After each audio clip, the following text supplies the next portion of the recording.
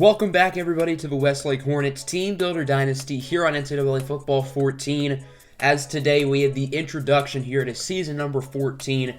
The season intro episode is always one of my favorites to do in the entire series because we really get a look at this new look Hornets squad. We get to go through a bunch of fun things, including the introduction to recruiting, Redshirts, depth charts, custom schedules, and then looking at some preseason polls, All-Americans, the Heisman Watch, stuff like that to really get us introduced into this new college football season.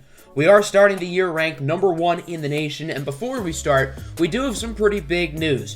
There are a couple seniors on the roster who are not projected to be starters, so because of that, they will be transferring as graduate transfers and eligible to play right away, including quarterback Wesley Thomas. Thomas is a 99 overall, but we do have the QB battle going on, and he is not really involved in that battle. The starter will most likely be either Marsucio Walteron or Keith Fleming, so because of that, we don't really need Wesley Thomas. Thomas has gotten some appearances as a freshman and sophomore, did not touch the field last year as a junior, and the last time we saw him in-game was the Season 12 National Championship. Remember when Stephen Westwood got hurt on the final drive of the game, Thomas had to step in and win it for us, and obviously, as you can tell, that did not happen. We ended up losing the game. Wesley Thomas did not perform all that well. And that's the last time he's touched the field in a Westlake jersey.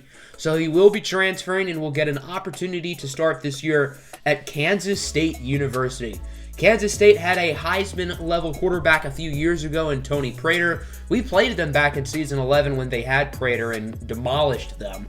So now they want to find that next guy. Maybe that's Wesley Thomas. Obviously, he's only going to be in Kansas State for one season. But as a graduate transfer, he is eligible to start right away and will be the starting quarterback for the Kansas State Wildcats this season.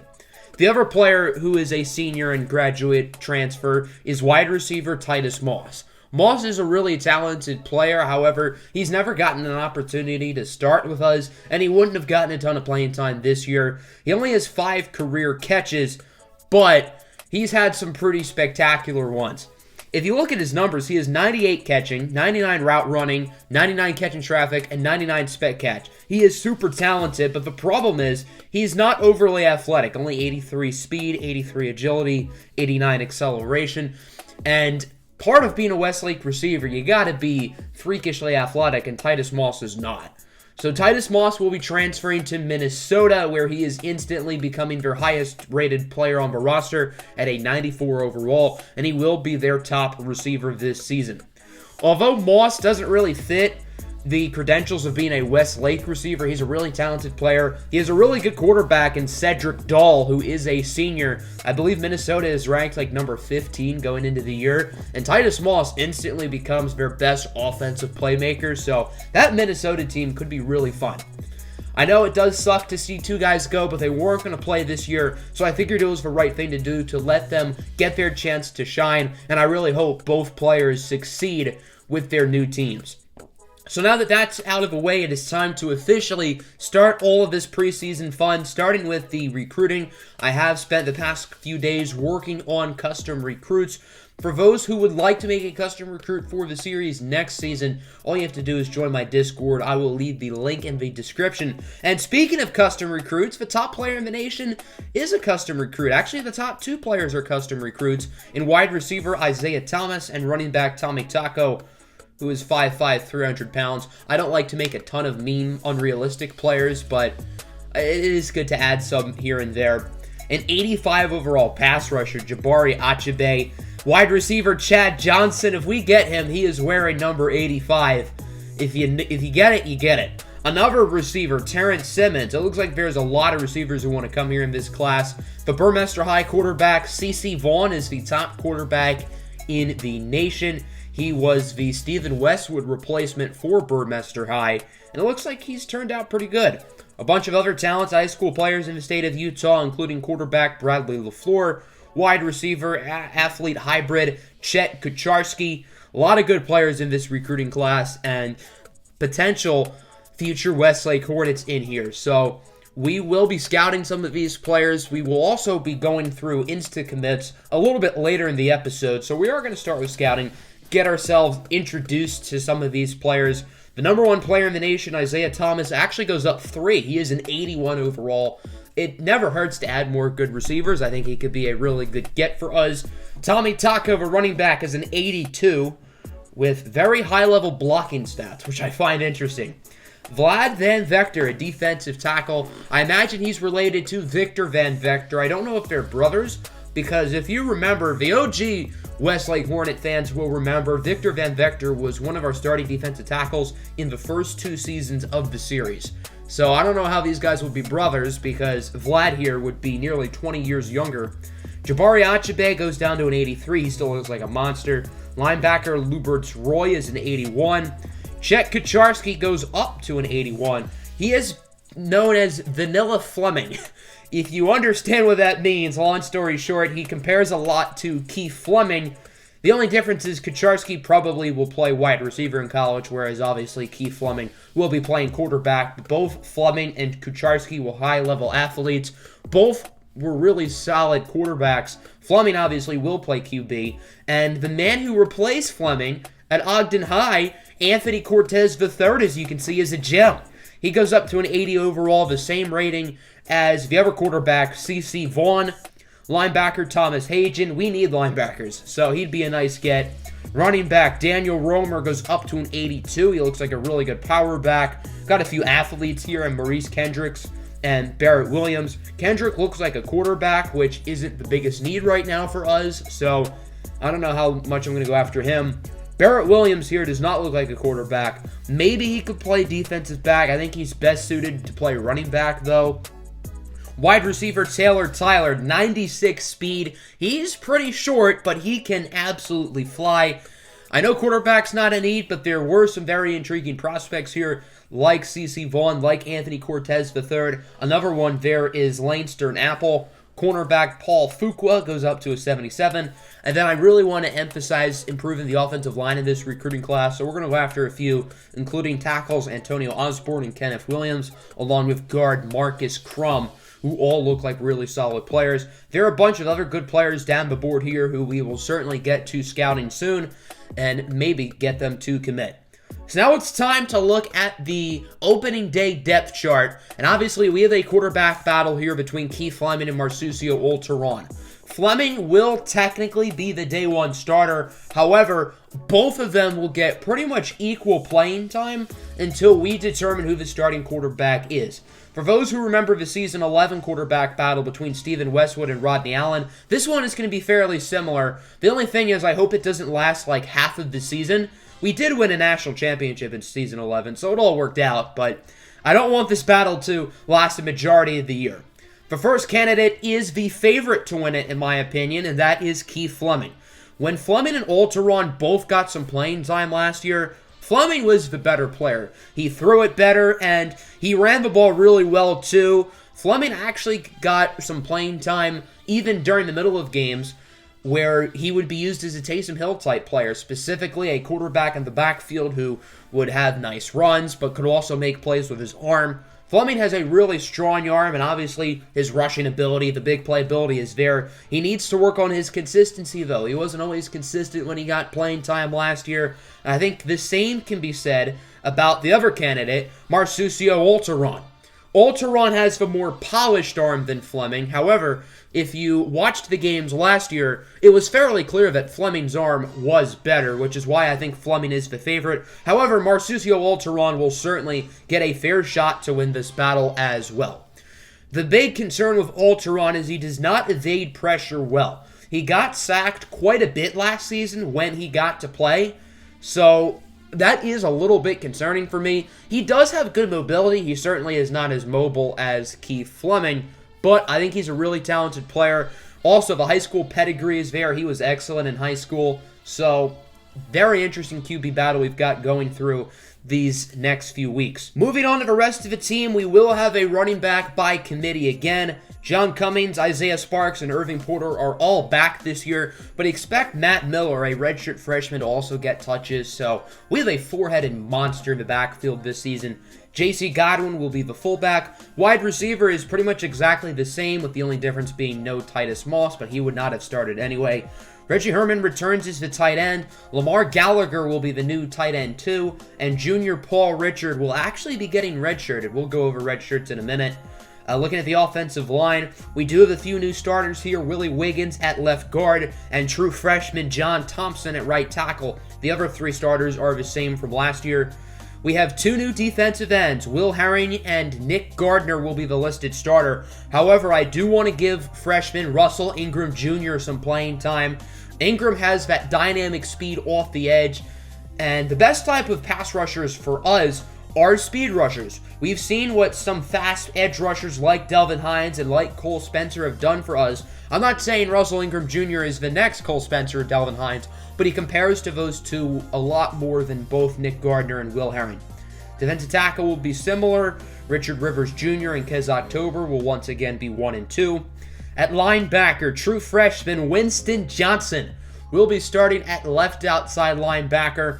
Ronald Benson will be returning to middle linebacker. That's where he played in high school. Last year, he was for right outside linebacker with David Harris in the middle. But with Harris declaring for the draft, Benson can move back inside, and Dylan Washington will move from the left side to the right side. So 2 of our 3 starting linebackers from last year are back. However, both of them are playing new positions. The cornerback room is very different. So Mac Terry, who I think was the 5th or 6th corner on the depth chart last year, will be the top corner on the depth chart. He is followed by Bob Adams, the only corner on this roster who actually got a substantial amount of playing time last year. And then corners 3 and 4 will be freshmen Justin Graves and Joe Lilly. I really like both of them, and I'm really excited to see what they can do. The safeties will remain the same from last year, Kevin Blanchard and Jock Vallone. Zebediah Phoenix returns as the kicker, and Keith Fleming, the quarterback, will be our punter. His kicking stats are better than James Cook's, so because of that, Keith Fleming will be our punter. We're not allowed to redshirt James Cook, though, because he's our only punter on the roster, which is stupid, but oh well. Justin Graves and Kadarius Franklin will be our kick returners, and then Graves will be the main punt returner. Zebediah Phoenix will do the kickoffs, and Mike Rhodes will be the long snapper. So most of our positions are set in stone outside of quarterback. However, if certain players are not playing well, I'm certainly willing to make adjustments there. So looking at the red shirts, the freshmen who will not be redshirted this year are John Thompson and Winston Johnson, obviously, because they are starters, and we're not allowed to redshirt James Cook. Outside of that, all of the true freshmen will be getting redshirted this year. And then, as I mentioned earlier, tight end Paul Richard will also be getting redshirted. He's been the backup tight end these past 2 years, but now that we have Lamar Gallagher, who can also serve as that backup tight end, I want to give Richard an extra year of eligibility, so he will be redshirted this year. And then next year, with Reggie Herman gone, we can have a starting tight end battle between Paul Richard and Lamar Gallagher. So that should certainly be interesting, as that is the depth chart and redshirting. Now on to custom schedules, and usually we play Utah State every year on opening day. We are playing them this year, but not at the start. Instead, we're playing a different team week 1, and it happens to be a pretty good team. The defending national champion Florida Gators at the Kickoff Classic game in Atlanta, Georgia at the Georgia Dome. The top 2 teams in the nation will be facing off to start the season. That's going to be really fun. So we get to play the team that won the national championship last year. Top 2 teams in the nation. I hope you guys are excited for that one. Then we will play Utah State week 2. Week 3 at Minnesota. We get to face off against our former player Titus Moss. Week 5 at the University of Virginia. They are led by junior quarterback Aiden Kentz, who is projected to be the preseason number 1 overall draft pick in next year's draft. He is really good. And then for our conference games, USC, Utah, number 4 UCLA. We got to get revenge on the Bruins. They're the only team who's beaten us in the past 2 seasons, and they've beaten us twice. Versus Boise State, at Arizona, at Air Force, versus Arizona State, and Senior Day versus number 5 BYU. Very fun schedule we have here. 4 ranked opponents, 3 of which are in the top 5 at the moment. So, yeah, it's going to be a challenging schedule. Our strength of schedule is an A. So, we've got our hands full, but this is going to be a really fun season, and I'm very excited to see where this team goes. So now it is time to look at the outlook of college football, and then we will be saving instant commits for the end of the episode because that's probably the most exciting part. So as you can see, we are the #1 team in the nation, as you've been able to tell. Obviously, Florida is ranked #2, the defending champions. I thought Florida would have started the season at #1. Not that I'm going to complain about it. The team they beat in the Natty, Virginia Tech, starts the year at 20. I'd say that's a little bit disrespectful. Kind of like last year when they had Fresno State at 15 after they beat us in the national championship. I think Fresno State was like 50 this year, so they are certainly not as good as they once were a couple years ago. Hawaii is the very nice 69. And then the worst team in all of college football, wow, Indiana is awfully low. I see they're not doing too well with our former offensive coordinator, Jackson Kelly. Utah State at 121. And the worst team in college football, congratulations to the UAB Blazers. So we are projected to win the Pac-12 South again this year. And California is projected to win the North. So the game is predicting that we will have another rematch in the conference championship between Westlake and Cal. It would be the third straight season, I believe, that we face off in the Pac-12 championship. The Heisman favorite entering the season is quarterback Neil Romero of Florida. We obviously will get to see him very early into the season. The reigning Heisman winner, Tyrone Newton, is in second. And then Brian Thomas, a quarterback from Michigan, who might be related to Wesley Thomas. I don't know. He is in at #3. Looking at the preseason All-Americans, headlined by wide receiver Carter Westwood. Of course, he certainly deserves it. Big Tuna, Richard Rivers Jr. is there. Ronald Benson is there as well, along with Kevin Blanchard and Jock Valone. So 5 All-NCAA first-team members. I'd say it's a little bit disrespectful, but oh well. One of our former guys, Cedric Gregg, is on the All-NCAA second team. He was really good last year as a redshirt sophomore for Washington State. And we do not have anybody on the second team. For the Pac-12 All-NCAA preseason first and second teams, we certainly have a number of players here, including Carter Westwood and Mike Rhodes on the first team for offense. Defensively, we're going to have a lot of guys here, including Big Tuna, Kez October, Ronald Benson, both of our safeties, of course, Kevin Blanchard and Jock Valone. And then on the second team, a lot of offensive players here. Isaiah Sparks, Cassius Troy, Dale McBride, Willie Wiggins, who is a first-year starter. That's interesting. And then on defense, we do not have anybody yet. There is Bob Adams, so at least we have one defensive player. And then at kicker, I'd have to imagine Zebediah Phoenix. Yes, he is on the Pac-12 second team. So we have a number of guys here, but would have hoped for more. So now it is time for the moment we have been waiting for. Instant commit. Going to start with running back Tommy Taco. We don't get him. For those who don't know, we can offer scholarships to players who we are in first place for, and we have a 20% chance of getting them right away. Next up, linebacker Thomas Hagen. Yup! Welcome to the team, Thomas. This is a big get for us. He is the second-ranked outside linebacker in the nation. And as I've said, we need linebackers. He looks raw. He has good athleticism, not great in coverage or his power, finesse, and block shedding. So he has some work to do, but I'm happy that he has committed. Next player on the list we have is going to be cornerback Paul Fuqua, and he does not commit.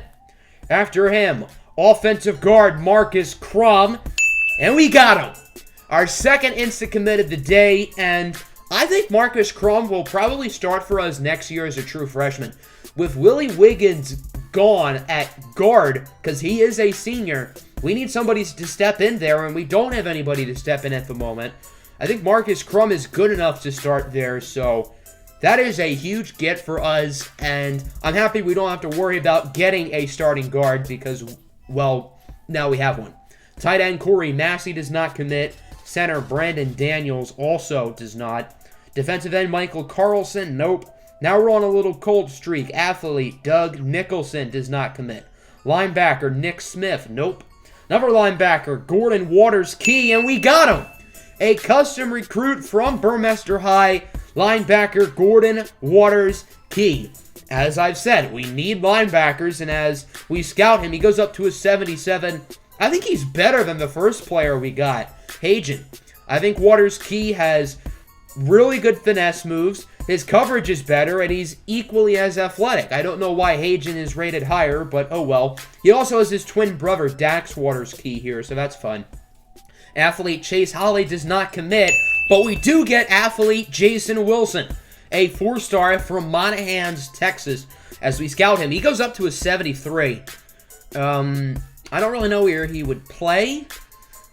What is his size? How big is he? 6 foot 222. Maybe linebacker? Maybe running back? I don't really know. And then athlete Cliff Hicks does not commit. So we got 4.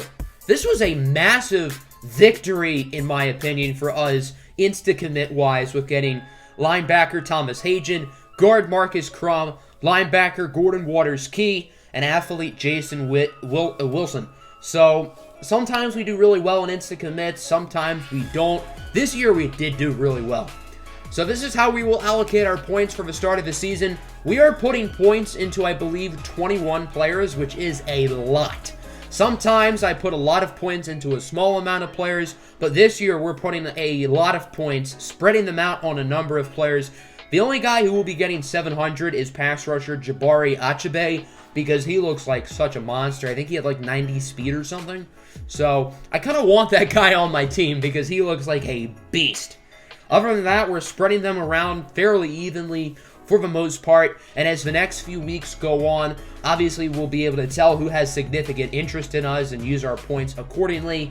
So this is going to be a very interesting recruiting special this year with how many players I really like in this class. I think this is one of the better recruiting classes in recent memory, so this is going to be a very interesting year on the recruiting trail, and we're off to a hot start with 4 really good players committing to us. So that'll end the episode. Usually at the end of a preseason episode, I show off the custom recruits, but I've noticed in the preseason episodes that the watch time really dips once we get to that segment. So here's a list of the 20 custom recruits. I'm going to put them on the screen. As I said, if you want to make a custom recruit, feel free to join the Discord server. I will leave a link in the description. That's also a good way to connect with me and other fans of the channel as well. Next episode versus number 2 Florida at the Georgia Dome. Hope you guys are excited for this season. I'm out. Peace.